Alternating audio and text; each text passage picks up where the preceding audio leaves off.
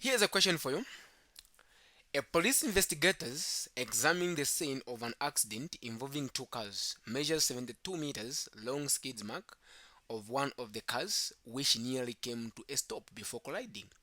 The coefficient of kinetic friction between the rubber and the pavement is about 0.8.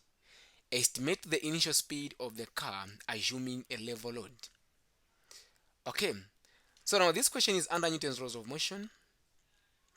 What we have to understand is that you have a car. Let's say this is the point A. Then the car is moving from this point all the way to this point. Let's call this as point B. So here is a car. Okay, this car is moving in this direction. What we have to understand is that the only force that was acting on this car is the friction force, the kinetic friction force. Now we know that friction force always opposes motion, so that friction force is going to be directed in this manner.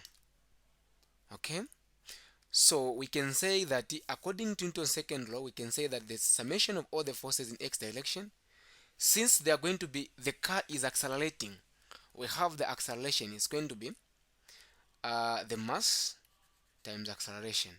Now what we have to understand is that the only force that is acting on the car, it is the friction force, and we know that the friction force, it was opposing the motion, so it is negative. So I'm going to say that this is going to be negative. Fk has to be equal to the mass times acceleration.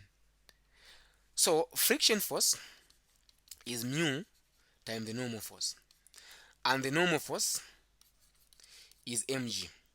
Okay, so meaning that the friction force is going to be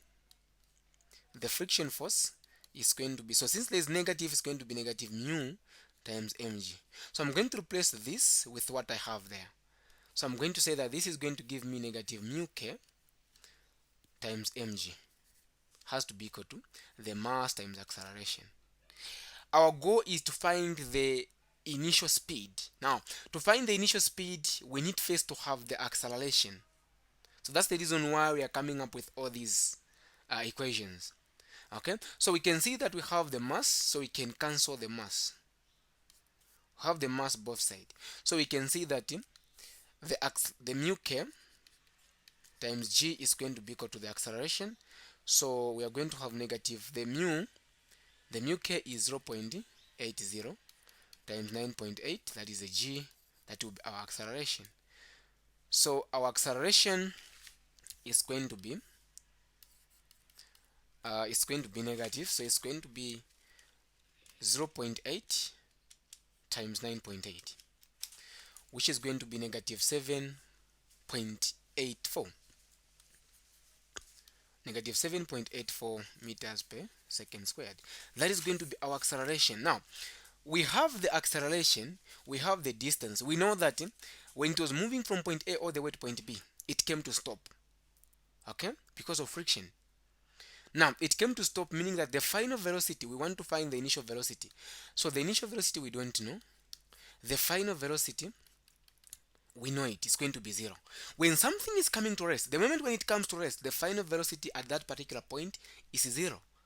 So now the only formula which we can use for us to find the initial speed where we don't have the time, it is the third equation, where we say it is the v final squared plus v initial squared plus 2ad. So we have the final as 0. We don't know the initial velocity, is the one we are trying to find. We have the 2. The acceleration is negative 7.84. The distance is 72. I shift this v initial to the other side, is going to give me this. Is going to be equal to. So we are going to have a 2 times negative 7.84 times 72. So this is going to give me negative 1128.96. Okay, so what I can do now from here, I can cancel the negative, and I'm going to have v initial squared is going to be equal to a 1128.96. So what I'm going to do now is I'm going to square both sides. So if I square both sides, we'll be able to get our initial velocity to be, okay. So our initial velocity, our v initial, is going to be, so I say, what is the square root of a 1128.96? So this is giving me 33.6, so meters per second. So this is the answer for this question. Okay, I hope you have managed to grasp the concept. Thank you for watching this video.